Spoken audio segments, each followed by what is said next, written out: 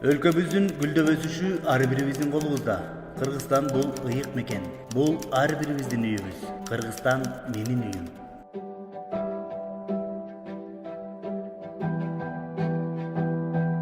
Ай кызым, таштандын үйгө ырыткан болмок беле?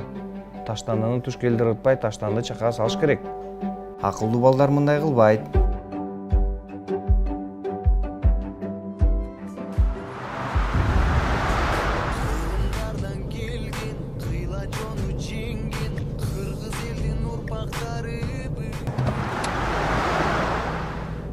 Ата, сиз таштандын үйгө ыргытпа дебеңиз беле? Кызым, бул үй эмес да. А сиз Кыргызстан биздин үйүбүздү айтпадыңыз беле?